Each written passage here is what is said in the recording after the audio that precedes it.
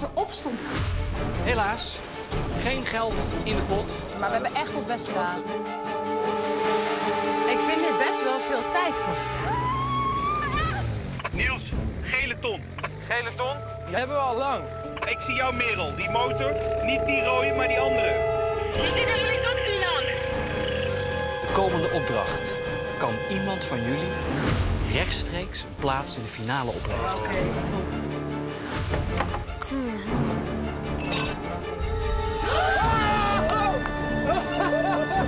Sinan.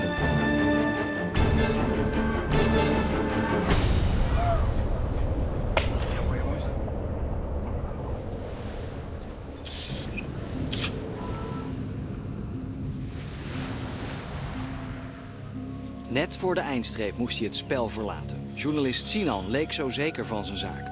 Maar een rood scherm maakte een abrupt einde aan zijn molavontuur. Met opgeheven hoofd nam hij afscheid van Merel, Niels en Sarah. Die zich tot hun grote vreugde de finalisten mogen noemen van Wie is de Mol 2019.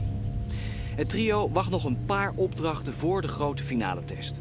Een laatste kans om de pot te spekken, die net is blijven steken boven de 9000 euro. Maar ook om nog eens goed op te letten, vermoedens te staven en een antwoord te formuleren op die ene vraag. Wie is de mol?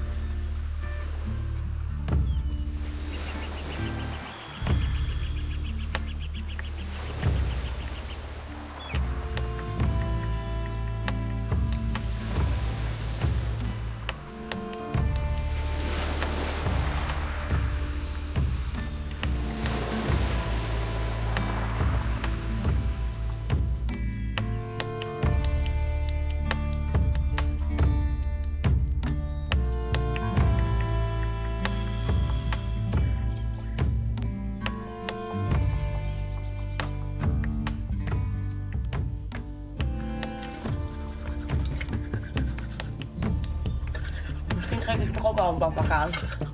Heb je een badpak? Want anders heb ik er nog eentje. Nou, misschien wel, als ik jou nog lenen. Ik heb niet zo'n hoge met zo'n rits aan de Want achterkant. alles, het moet nat worden, toch? Ja, het moet nat. Althans, het moet nat kunnen worden. Ja. Dan kan alles nat worden. Ja. Wel een beetje zenuwachtig. Ja? Een beetje, ja. Jij? Zo gek dat dit, dat... We gaan gewoon die laatste dagen heen. Ik ben nog niet wakker, dus... Ik zou je vraag meteen nog verkeerd hebben. Ik ben toch stiekem wel een beetje zenuwachtig, want het is toch de finale. Eigenlijk kan er niemand meer afvallen. Iemand kan winnen, iemand kan verliezen en iemand is gewoon de mol. En ja, dit is het dan. Dit is heel fijn. Dit is wat Nicky Sinan aanraden. Afronden ze wallen. Ja. Maar dan kan je dus ook op pukkeltjes spelen. Maar ja. Ik heb hier een puis, jongen. Niet normaal. Zo. En dan word je wakker. In je eentje. Zo snel kan dat gaan. In Wie is de Mol, blijkbaar. Heel lijp. Heel raar gevoel. Om nog maar met z'n drieën over te zijn. En in je eentje in zo'n kamer te zijn. En alle ruimte te hebben. En niet te hoeven opletten als je buikloop hebt en naar de wc gaat. Dat is pas reality. Ik heb me echt gepakt alsof ik naar de bergen ging. Ik denk dat alleen met truien. Nou, op de kamer slapen met Sarah is eigenlijk heerlijk. We lopen de hele tijd rond in ons blote kont. Het is echt een soort bodysuit. Ik denk dat ik het wel weg kan zetten zo. Hè? Ik denk dat ik het wel weg kan zetten. Ja? We kunnen lekker tutten, 's ochtends voor de spiegel. En als ik aan Sarah vraag... hey Sarah, wat vind je? Zal ik dit shirtje aandoen met dit broekje? Dan zegt Sarah, ja, nou, ik zal misschien het andere broekje doen... met dat groene shirtje, dat vind ik wel leuk. Ja, als je aan Jamie vroeg van... past dit bij elkaar? Zei hij meteen, ja, prima.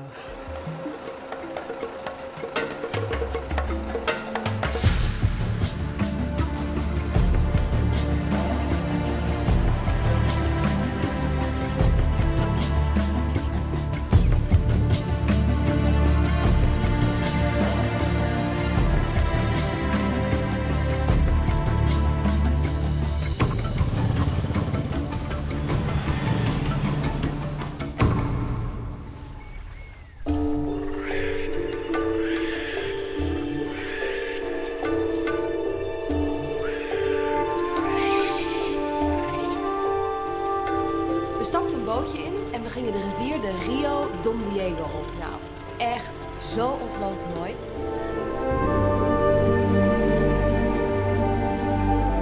Ik heb nog nooit iets als dit gedaan. Ik heb nog nooit in een boot gezeten over een rivier dwars door de jungle. Met planten die ik in kleine vorm ken van huiskamerplanten, maar die hier echt 10 keer zo groot groeien.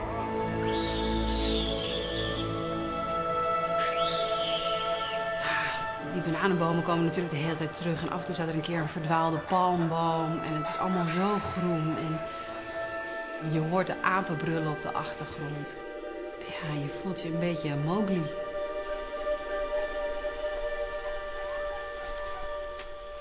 Finalisten. Finalisten, welkom. Finalisten. Finalisten. Postje van ons genoeg op. Moet je wat verder naar voren zo van. Nou, wat verdikke me. Zijn wij de finalisten. Dat je het even weet. Jullie mogen vandaag op het strand torens gaan bouwen van houten schijven. Een oranje toren, een groene toren en een blauwe toren. Die houten schijven die vinden jullie op stokken verspreid over de Don Diego-rivier. Er varen shuttlebootjes waarmee je de schijven naar het juiste strand kunt vervoeren. Bouwen jullie 1 complete toren, verdienen jullie €250 voor de pot. 2 torens, €750. En 3 torens, €1500. Je krijgt 30 minuten. Succes. Dankjewel.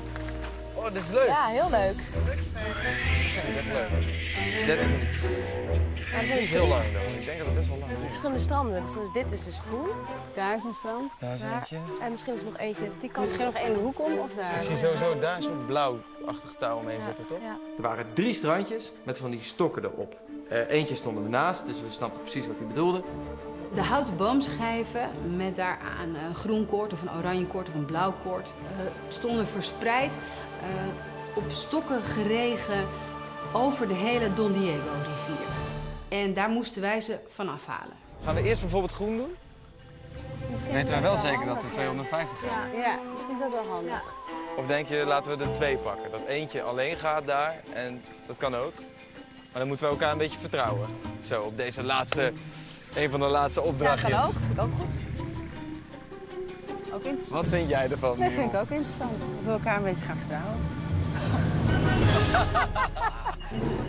Ik ga wel met z'n allen voor eentje. Ik denk ook dat we met z'n allen voor groen moeten gaan. Oké. Beginnen? Nou jongens. Groen. Laten we beginnen Groen, met deze ja, groen. we zijn bij groen. De dus- bootjes zijn er ook nog niet. Dus ik wacht hier wel. No way, José. Nee, ik ga zo. Maar er zijn er 2. Wat zijn we gewend, Er jongens. zijn er 2, schat.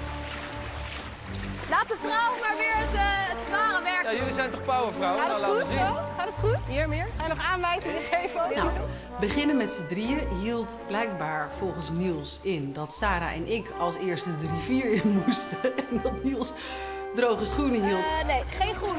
Maar die kunnen we wel pakken, toch, alvast? Dan hebben we hem toch, kunnen we op een bootje leggen zo?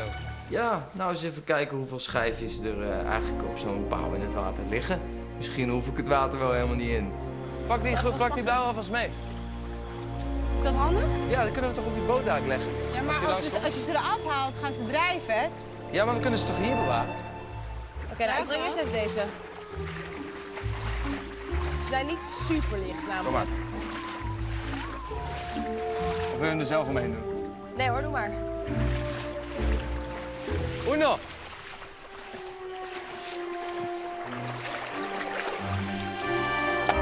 dat is numero uno. En toen kwam Merel en die deed de tweede erin. Waren dat ze allemaal? Ja. Top. Nou, deze moeten gewoon zo op die boot knallen. Deze hier. Deze hier. Vervolgens liepen we met z'n drieën naar de tweede paal in het water. Want ja, als je dan toch bezig bent... Ja. Daar komt het bootje aan, jongens. Wat heel leuk was, is dat er shuttlebootjes heen en weer vaarden tussen de strandjes. Dus we konden die houten schijven via de shuttlebootjes naar de verschillende strandjes krijgen. Oh, top. Maar die gaat naar welk strand gaat Zal ik in het bootje gaan even kijken welk strand, welke kleur het is? Misschien wel handig.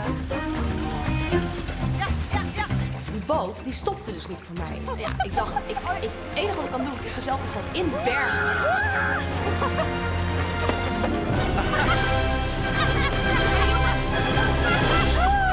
Lekker bezig. Sarah die maakte een soort van superjump. En ik moet zeggen, het was niet haar meest flatteuze moment. Nou, ze stoppen dus niet voor je. Dat weten we wel. Ze stoppen niet. Ik hoorde achter me Merel lachen, Niels lachen, maar ik dacht, ja, fuck it. Ik moet gewoon weten wat op dat andere strand is. Ja, ik zie er hier eentje. Jongens, dit is oranje. Dan is dat blauw. We hadden het overzicht. We wisten waar de oranje schijven naartoe moesten en waar de blauwe naartoe moesten. En de groene. Dat is oranje, dat is groen en dat is blauw. Maar als jullie blauw hebben daar, Ja? dan ga ik in het bootje en dan kom ik langs jullie en dan geven jullie mij blauw. Ja, dat is goed. Wat doet ze? Blauw. We moeten alle blauwe daar verzamelen. Komt ze langs gevaren, Ja, kunnen we oké. het erin doen. Ja. Oké.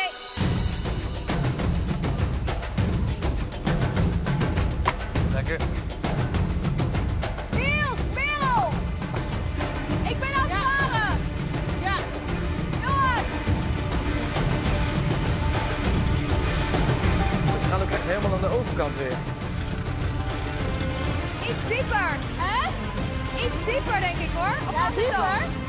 Het is echt sterke stroming, Saar. Oké, gooi hem maar in hè. Sarah die kwam er met een redelijke vaart voorbij. Het is niet zo dat dat bootje, de bestuurders van het bootje dachten, weet je wat we doen? We helpen ze een handje, we gaan even wat langzamer varen. Nee. Kleine kunnen we gewoon hier pakken. Nee joh. Doe maar niet. Komt ie. Gooi erin. Ja, nog één. Lekker hoor. Nou ja, ze bekogelden me bijna met al die schijven. Maar goed, ik had iets van 5 schijven in de boot. Prima, daar doe ik het voor. Op naar het blauwe strand. Verzamel daar rood. Nee. Moedje. Ja, kut.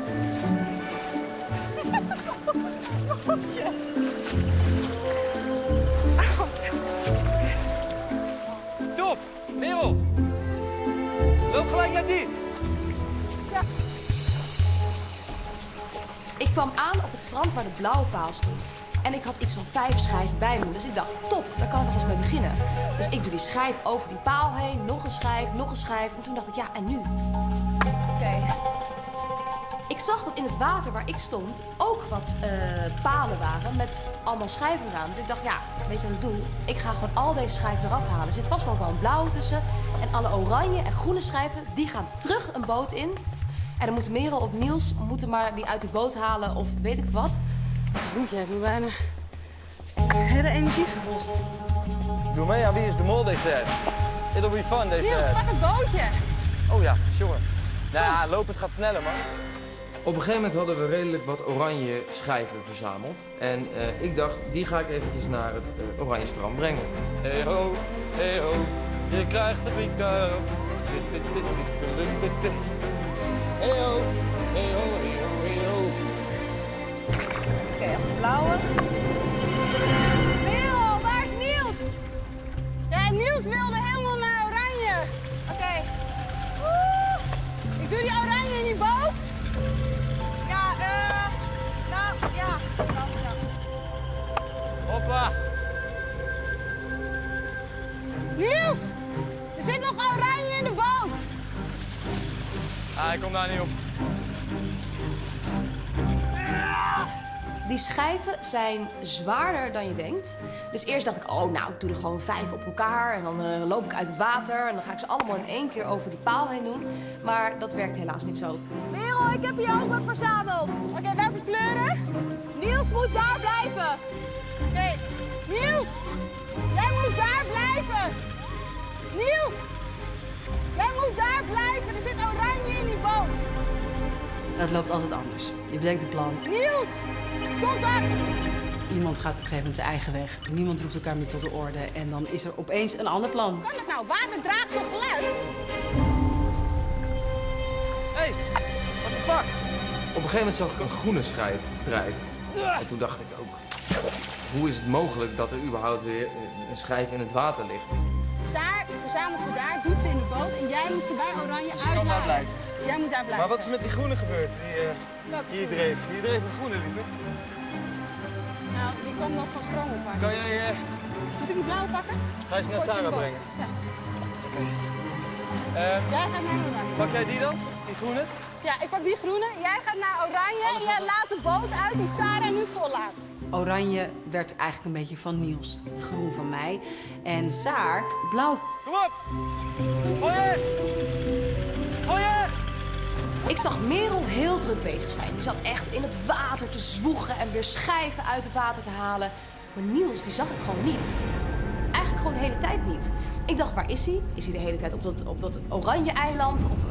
Of wat is hij aan het doen? Niels!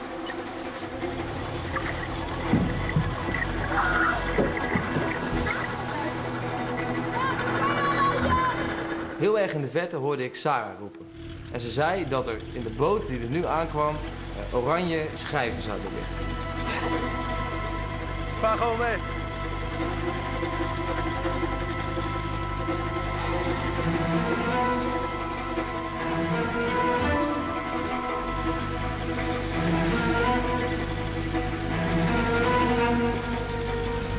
Er zit een blauw in!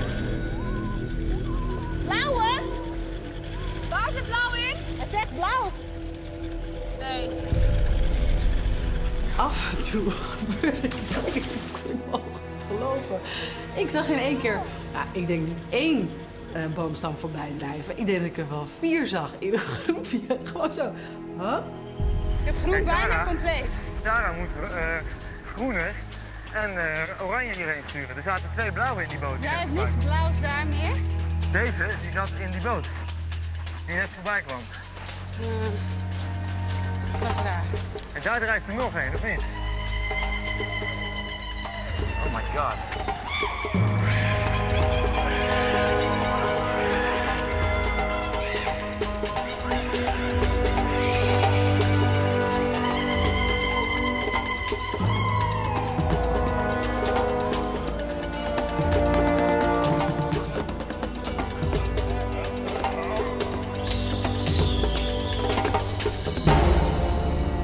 Ik was klaar op mijn strand. En ik dacht, ja, ik sta hier niks te doen. Misschien kan ik mezelf nog een beetje nuttig maken. En ik dacht, ik ga op weg naar de oranje paal. We hebben nog 5 minuten. Kleine mol van me. Kom maar. Pakken! Ah!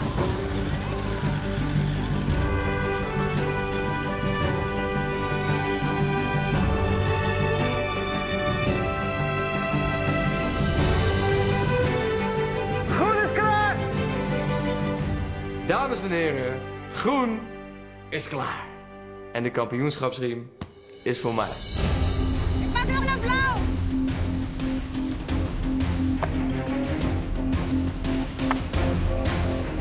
In de laatste minuten van het spel ben ik als een malle nog richting Sarah de strand gegaan. Ik wilde toch even kijken wat erop zat.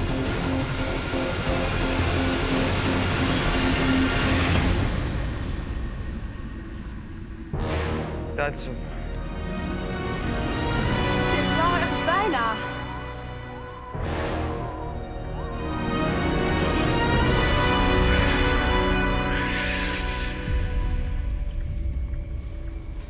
Niels, jij hoopt op loon naar werken. Nou, ik kan het niet helemaal voor jullie beoordelen of het ook gelukt is. Maar deze is in elk geval helemaal goed. Gefeliciteerd. Dank je. De blauwe paal kwamen 4 stenen tekort. De oranje paal 2. Hier waren 6 schijven verwijderd van €1500. Helaas. Maar ik heb wel geld voor je. Beter iets. Nou, penningmeester. €250. Ja. Alsjeblieft. 6. Toch nog wat. Geniet nog even na. Dank je. Bedankt. Shit, er zaten 2 oranje schijven in die boot. Ja, ik was die aan het uitladen, maar ik kon niet alles tegelijk tillen. En toen keek ik om, het was de boot al weg. Ja. De stand van de pot, ik durf het bijna niet te zeggen, is 9550. We zitten gewoon onder de €10.000. En ik denk dat wij gewoon de laagste pot ever zijn geweest. Echt gênant. Maar ja, we hebben wel een goede mol. Nou, we hebben jou wel in de gaten gehouden, hoor. Ja, in die boot. Ja, hou even op, joh. Ik ben de minst lenige kandidaat in Wie is de Mol ooit. Oh, Saar, als een soort zeehond op die zijkant. Je bent wel veruit de knapste zeehond ooit. Dat dan weer.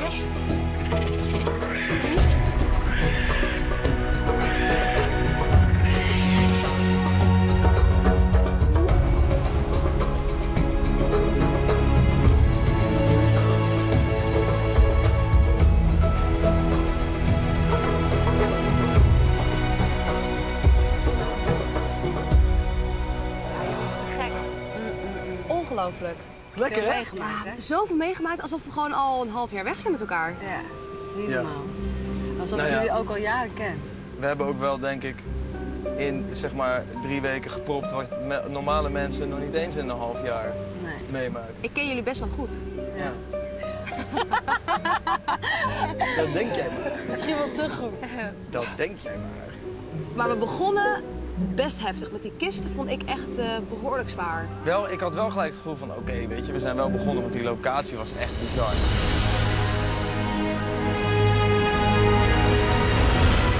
Die brug Ja, ja. tussen die bergen zo, met dat water. En die brug was best wel hoog. Ja, Jij hebt het meest gelachen daar, denk ik. Want jij zat met Nicky en Rick Paul. ja dat was echt heel mooi.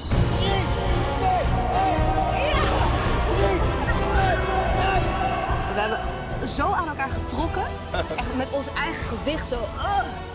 Dat is echt hilarisch. Wat vonden jullie nog meer echt een van de hoogtepunten? Dat we gingen afzeilen in de waterval, ja, dat vond ik echt magisch.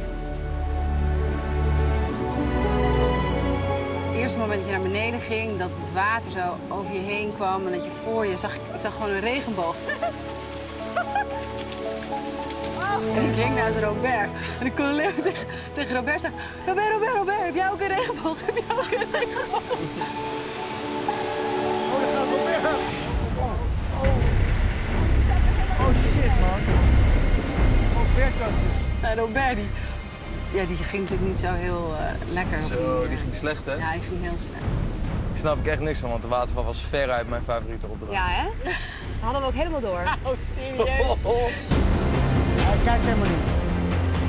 Zou die koper dan niet zien? Toen ik beneden stond en jou naar beneden zag komen langs 6 kokers, kon ik echt wel Oh ja, dat ook nog, inderdaad. Niels! Zet die koker rechts van je nu! Ja, hij gaat voorbij aan alle kokers, jongens. Ik heb geen koker gezien en ik was echt... Ik had dus niet door dat ik al beneden was. En ik dacht echt, wie komt me helpen? Ik weet niet waar ik ben. Ik zag nee, ik was helemaal niet benieuwd. Maakt niet uit, je hebt je alles overwonnen. Nooit meer. Oh, weet je wat ik echt een van de leukste opdrachten vond? Nou, Leuk, hè? De vlag uithangen. Geel, blauw, rood. Geel, blauw, geel. Geel, deze klopt wel, deze niet goed. Weet je, dat dan al die bewoners gingen meehelpen. Dat vond ik echt zo leuk.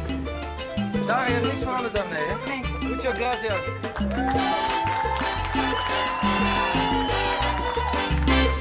En Niels, jij? Wat is een hoogtepuntje? Eigenlijk vond ik een van de leukste dingen dus dat Russische roulette. Niels, Hey.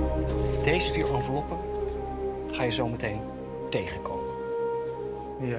Daar keek ik heel het seizoen al naar uit en ik hoopte al heel de tijd dat ik er niet uit zou liggen voordat dat moment kwam. Dat je 1 op 1 hebt met Rick, weet je wel. Dat vind ik altijd zo spannend.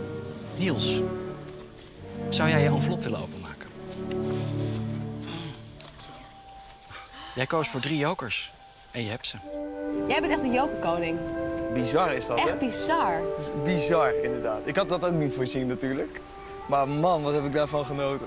Gewoon, weet je wel, voor de duurste optie gaan. En gewoon per ongeluk de goede envelop eruit halen. En fucking 3 jokers op zo'n belangrijk moment. Zo, weet je dat nog op die berg? Met dat uitzicht. Bij de executie. Ja. Dat Evelien ging. Jezus, dat was wel een heftige executie. Ik denk een van de heftigste. Helaas moet ik zeggen dat de joker die jij hebt ingezet niet geldig is. De joker die jij hebt ingezet is opengemaakt. Het lijkt erop dat een van de andere kandidaten hem heeft omgeruild. Dat hebben we nooit uitgezocht. Nee, maar ik denk dat je het antwoord ook niet gaat krijgen. Jongens, laten we proosten op de finale. Ik ben super trots op jullie allebei. Ik ook op jullie. En, Ik ben ook op één van jullie. En ik ben blij. Ik ben blij dat ik met jullie dit mag doen.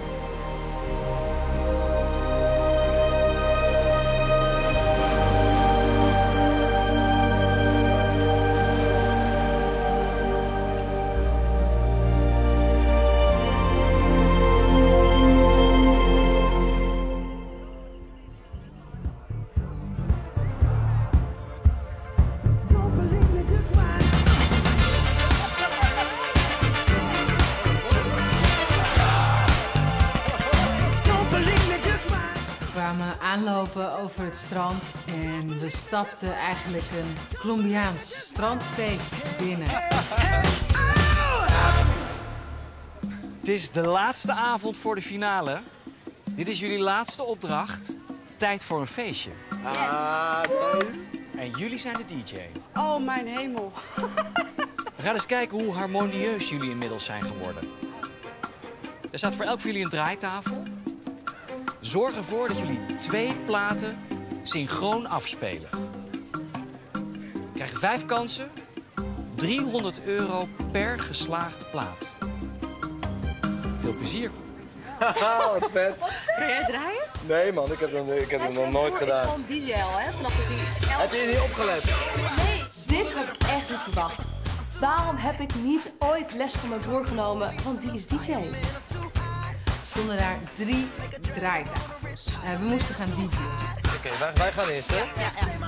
We moesten ervoor zorgen dat we 2 platen synchroon konden krijgen. En als ons dat zou lukken, zouden we met die plaat €300 kunnen verdienen.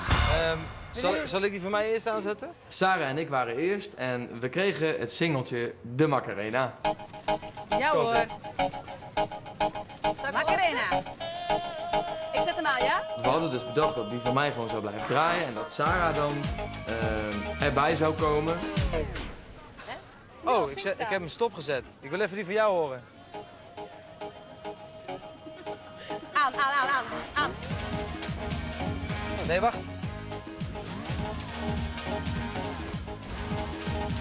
Nu ben jij het aan het doen, hè?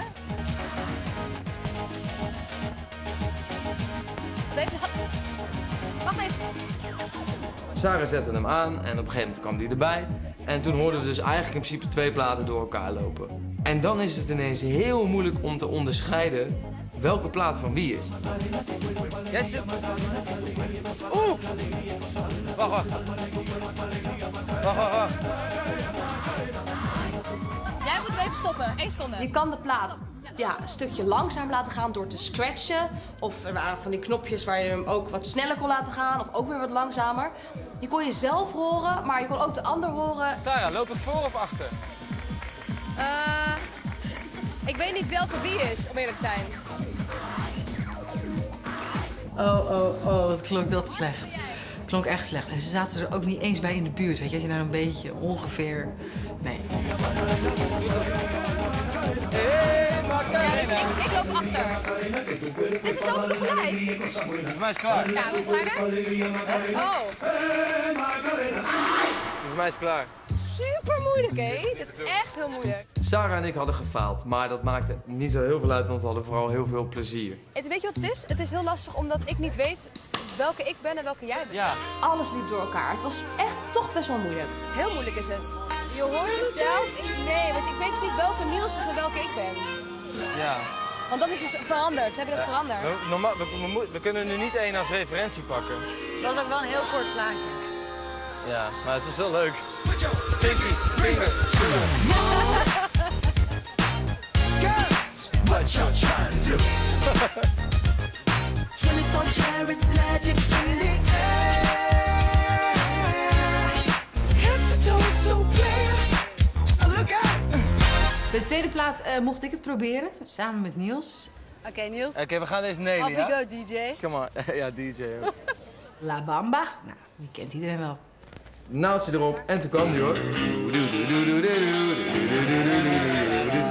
Oké, shit.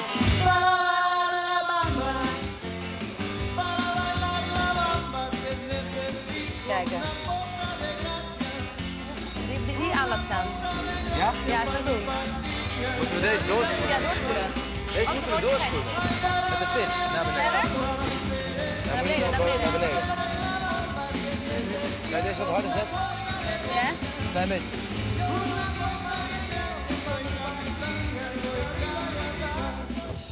Echt een heel stuk moeilijker dan ik dacht. Alabama. Hey, bijna. Stoppen? Stappen? Ja. Nee, zij loopt. Doe dat Zij jij een loopt heel voor. klein beetje voor. Heel even stoppen en start. Nee, doe deze. Stop, start. En ja, het ging eigenlijk een beetje hetzelfde als met Sarah. Het was heel erg zoeken. En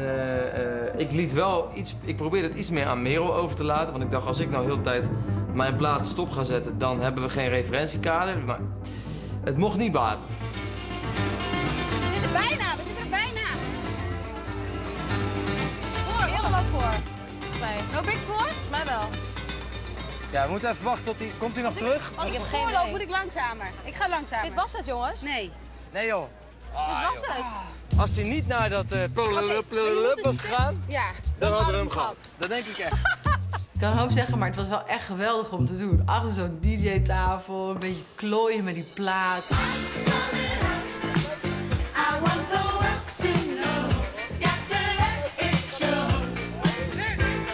Wat ook wel lekker was, is dat we eindelijk eens een keer een opdracht hadden waarbij we gewoon lekkere cocktails konden drinken. We hoefden niet te rennen, we hoefden niet te zwemmen, te varen, te klimmen of te schreeuwen. 10.000 gaan halen hoor, jongens. Ja, kom maar. Kom op. Ik ga tussen jullie uit. Ja, dat is handig. Kunnen we zingen. Poging 3. Sarah en ik. Despacito. Je moet het lampje branden. Ja, lekker. Nee, wacht. Oh, 33. Oh. Staat op 45 toeren. Wat ben ik? Ik ben dit. En jij? Ik ben dit. Ik probeer. Het was zo moeilijk. Ik kon mezelf niet eens horen. Ik kon niet horen wie Merel was en wie ik was. Het is echt bijna onmogelijk dit. Nee. Jammer.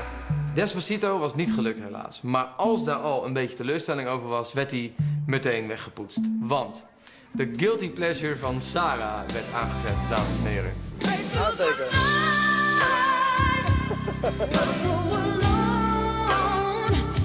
Ze gaat er wel echt serieus helemaal in. En Sarah ging helemaal loco. El Loco. Was echt niet normaal. Have to be strong. So I believe. And I know I succeed.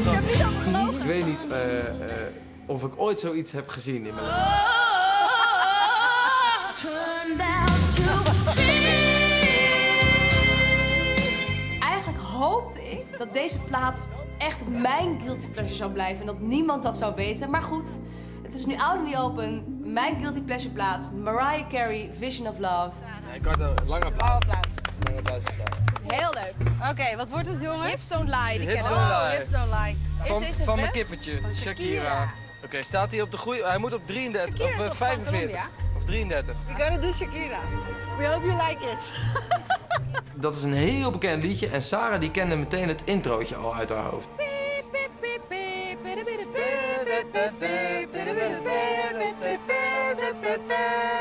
Oké, Shakira. Stop. Zal ik hem daar stoppen? Ja. Op het moment dat de beat inkomt. Ja, dat is goed. Ik zei tegen Niels, oké, dit moet ons gewoon lukken. Wat nou als jij hem instart en op een bepaald moment gewoon stopt? Dan start ik hem in en dan weten we gewoon precies op welk moment we weer allebei los moeten laten. En dan hopelijk gaan we tegelijk. Ladies up in here tonight. No fighting. Let's go. No fighting. No Wat, hè? fighting. Shakira. Nee, hij is net te vroeg. Ik heb net te vroeg gedronken. We hadden afgesproken dat we zouden stoppen wanneer Shakira zou beginnen. Dus eigenlijk op de beat. Ik telde mee, jongen. Ja, maar ja. Maar Niels die stopte hem daarvoor. Dus ik zeg, maar hoe kan je dat bedenken? Dat je hem daarvoor moet stoppen? Doe dan hetzelfde als ik. Doe hetzelfde als ik. Ladies up in here tonight. No fighting. Maar jij moet die aan. No fighting. En we gedaan. No fighting. Nee, ik had het Shakira. Ja, oké. Dus nu, als we hem gelijk aanzetten, zou het niet goed moeten zijn. Oké, op 3 of wat? Wat doen we? 1, 2, 3. Trap. Oké? 1, 2, 3. Hoe dan? Ja, maar ja, Ik ben veel verder. ik ben veel verder. Hier. Toen maakte ik een klein foutje. Ik deed namelijk dit. 1, 2, prap! Jij begint nu aan het compleet. Ik ben er al bijna voorbij. En omdat ik prap deed, werd de plaat een beat geskipt. Oké, ik ga... Nee, niet dit doen. Je moet dit doen. Langzamer dan. Jij moet iets langzamer. Als de platen synchroon liepen, dus tegelijkertijd op hetzelfde moment goed liepen, dan zou er een wit licht aangaan. Blijkbaar niet. Stop. Ja! Ja, maar dat... Ja!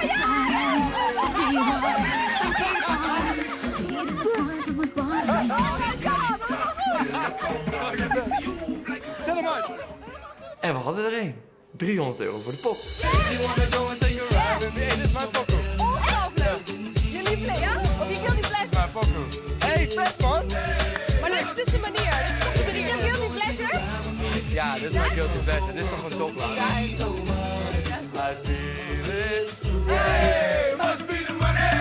Het ziet er goed uit, Niels, als je danst. Oké, Juanos. wij zijn weer. Adios, Zal ik beginnen? Lepido. Weer? Ja, zeg jij maar? En dan gaan we hetzelfde systeem Ja, hetzelfde systeem proberen. hanteren. En nu dacht ik, oké, wat er ook gebeurt, ik ga niet te hard op die knop drukken. Gewoon met beleid allebei. En dan zou dit in theorie moeten lukken. Laat maar zingen. Ik begin bij het couplet. Laat maar zingen. Wacht op. 7, 8. Ja, 1, 2, 3, 4, bam. Heb ik gedaan. Oké, toen was ik. Hap, naald van de pick-up. Gekeken of hij allemaal goed stond. Ja, 45 toeren. Als het lukt is het classic. En jij moet het gewoon weer Op aanzetten. 5 zet je hem stop, Jij ja? moet aanzetten. Wat was 5? 5, 6, 7, 8, stop. 5. Oké, precies tegelijk. Jongens, Toch? zet hem op. Nu moeten we hem precies tegelijk aanzetten. Dit is ons moment. Oké, kijk nu door. Ben je er klaar voor? Ik ben er klaar voor. Ja? Oké. Ben jij er klaar voor? Doe me nog op 3. Dus 1, 2, tik. 1, 2, tik. Ja? 1, 2, aan.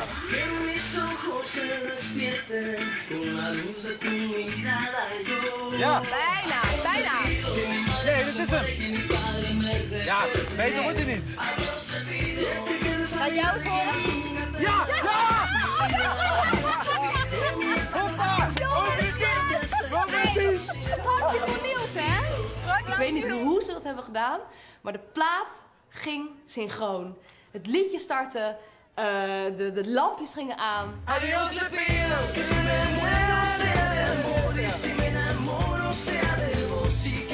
Dat is ongelooflijk.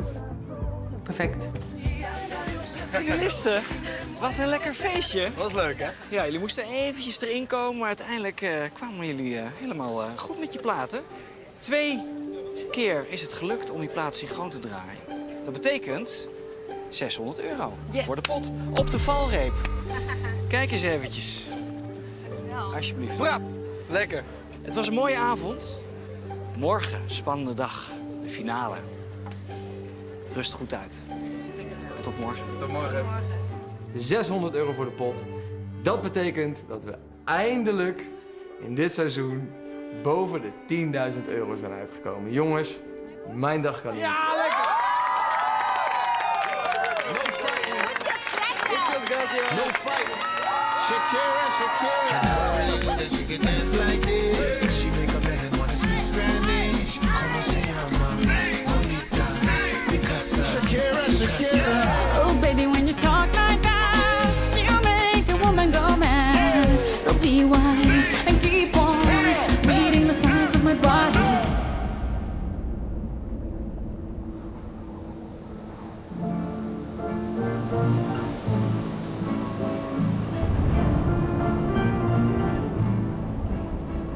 Waanzinnig.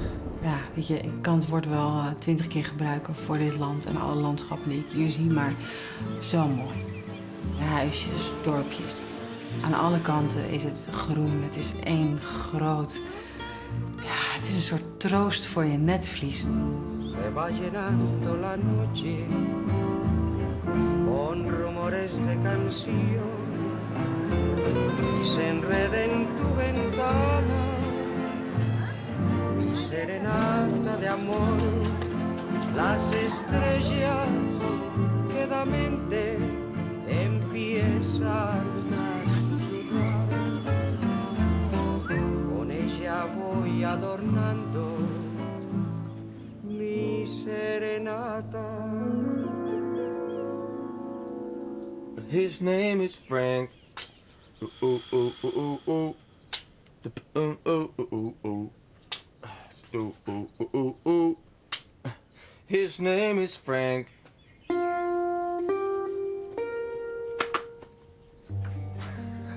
De test voor de finale. Dat is wel echt heel bijzonder dat ik dat mag gaan meemaken. En waar kun je je beter voorbereiden dan op het prachtige Colombiaanse strand met de prachtige Colombiaanse zee en niets anders om je heen.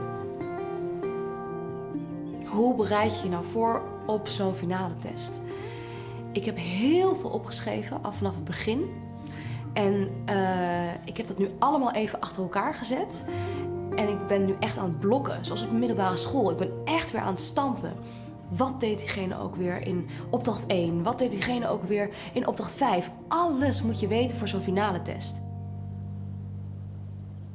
Altijd de terugkerende vraag in de testen is... wat draagt de mol? Of had de mol korte mouwen? Of had hij...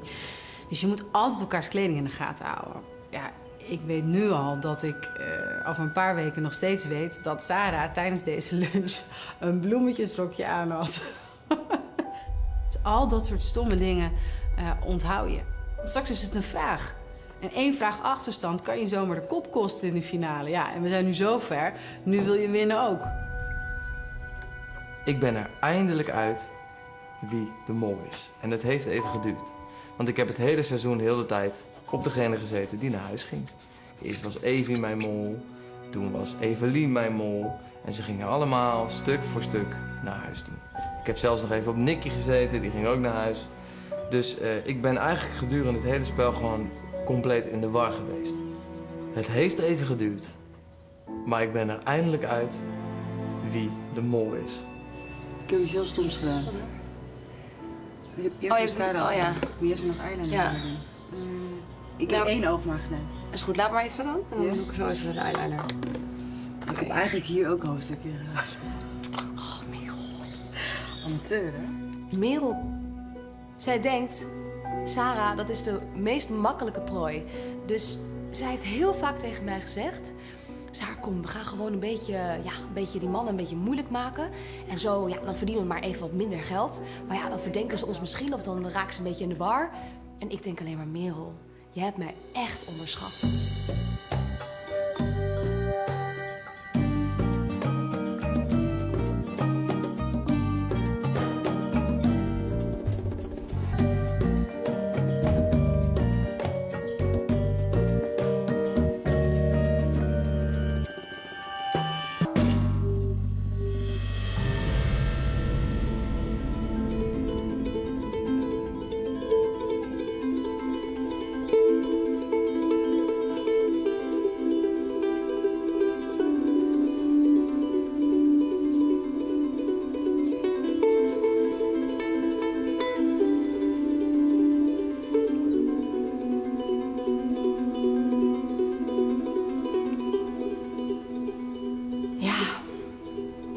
finale test.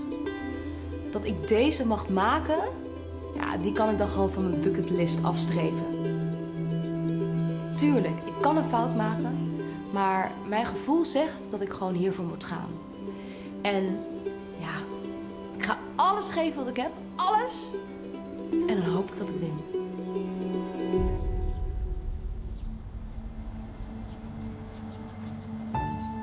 Sarah is de mol.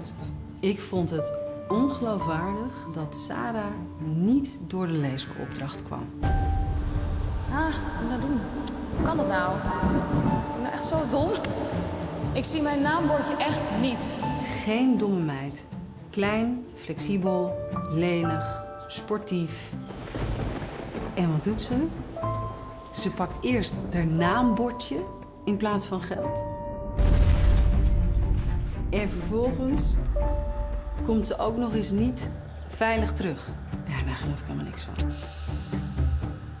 De eerste keer dat ik Merel verdacht vond, was tijdens de keuze van de groepsvrijstelling of het geld.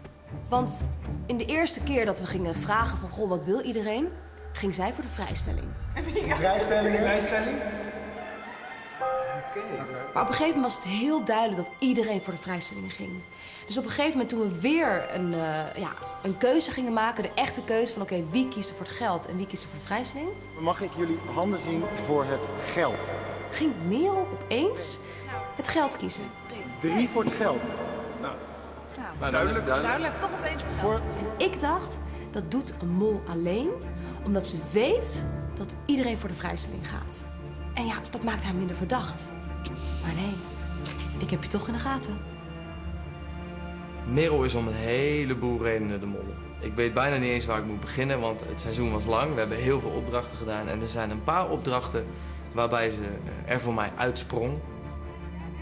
Bij de opdracht min of meer. Ja, hij is open. Snel varen. Snel terugvaren. Snel terugvaren. Ja, kom op. Maar hoe langer we wachten, hoe meer geld, toch? Merel werd als derde bevrijd en als Merel inderdaad de mol is, dan wist zij natuurlijk al lang hoe dit werkte. Er doorheen, hè? Er doorheen. En ze waren ook meteen over de finish gegaan. Dus ik denk dat het voor de mol een kwestie was van, oh lekker, iedereen maakt een fout, kan ik hem lekker ook maken. Je gaat zo een route afleggen langs 9 bakjes. Uit een van die 9 bakjes mag je wat pakken. Dat alles heeft wel een prijs. Hoe gretiger je bent, des te groter het risico. Sarah trok min 1000 euro uit haar envelop. 1000. Dat kan natuurlijk toeval zijn. Maar het kan natuurlijk ook dat ze als mol wist waar die envelop lag. We waren vertellen de opdracht aan het doen. En zij was ongelooflijk aan het stuntelen. We hebben 7 in totaal huisdieren, toch? Ja. Oké, wie hebben daarvan een hond?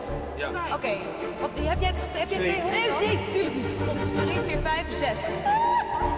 42. Ze zei dat ze 2 honden had, terwijl ze er 1 heeft. Ze maakte ongelooflijk veel fouten. Terwijl ik denk, Merel, je bent een van de slimste van ons allemaal hier. Jij maakt geen fouten. Merel is heel goed in zichzelf niet verdacht maken door in een grijs gebied te blijven. Dus die eerste ronde, tijdens de tuk-tuk-opdracht, verdienden ze 250 euro voor de pot. En daar is nummer 3. Oh nee, we gaan er niet terug. Maar die tweede ronde zorgen ze er dan voor dat ze niet op tijd is. Oh nee, weggebreken. Toen ging er weer 50 euro uit de pot. En dan heeft ze eigenlijk maar 200 euro verdiend. En dat is ook weer niet echt een vetpot, toch? Sarah. Dat was geen moeilijke opdracht. De S naar 1. S naar 1 en de R. Oh, de R naar 3. Sorry, ja. Sarah kon nog wel eens zich een letter vergissen. Rick Pauls een A mag naar 4. Rick Pauls een A mag naar 5. Ik ben super dyslectisch, ja. Het is natuurlijk onhandig dat ik dan boven sta. S-T-A-R. S-T-R. En dat lijkt me nou echt een typische molactie. Bij de Koffiepedia-opdracht heb ik me heel erg aan Merel's zijde gehouden. Ik wilde haar in de gaten houden.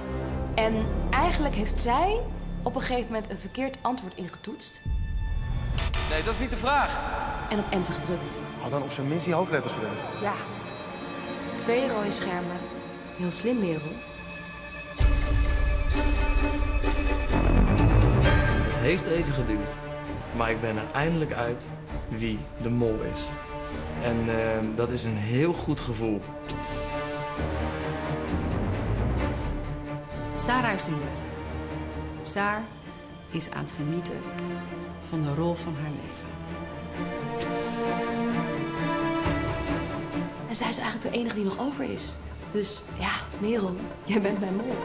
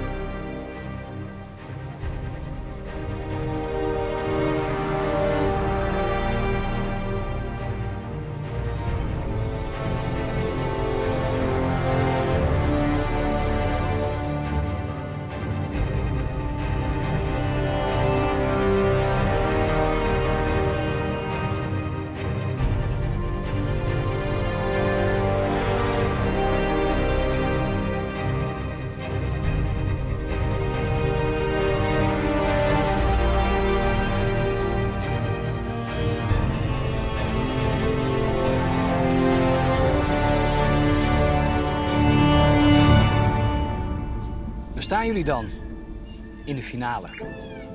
2 vrouwen en een man. Jullie hadden het voorrecht om dit mooie avontuur in Colombia tot het einde toe mee te maken. Maar natuurlijk wist één van jullie al van tevoren dat hij hier vandaag op dit moment er zou zijn.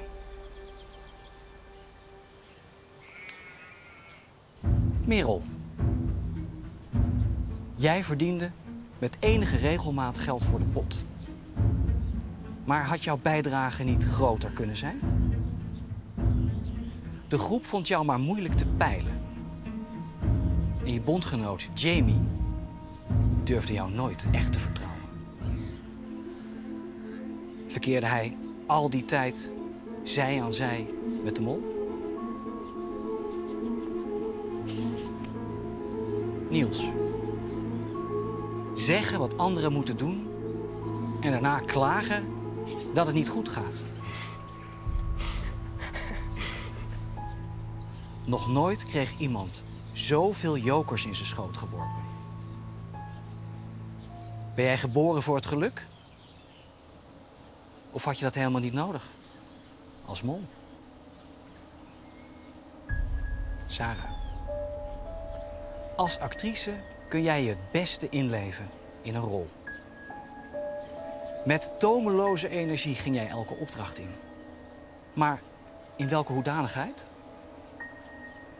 Als fanatieke kandidaat? Of was sabotage jouw doel?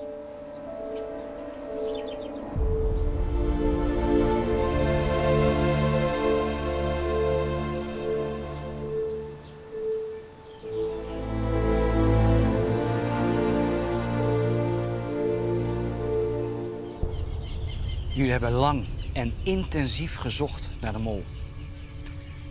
Spreiden bij de test was de enige tactiek waardoor je dit spel kon overleven.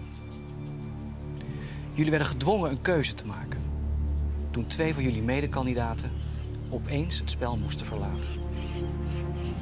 En vlak voor de finale werden de kaarten opnieuw geschud. Voor wie pakt dat goed uit?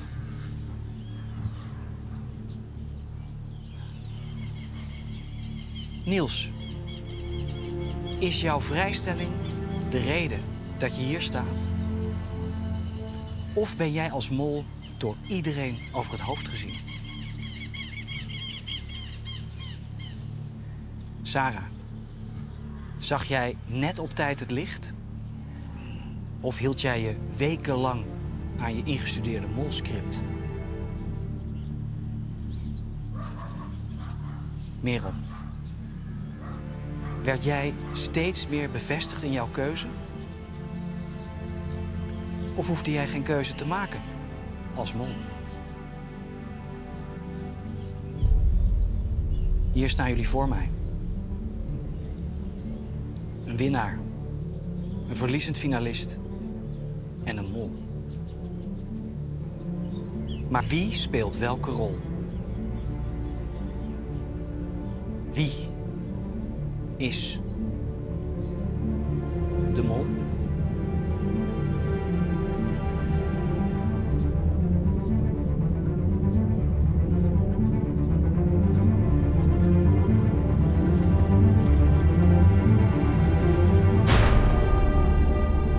Het antwoord op die vraag krijgt u volgende week.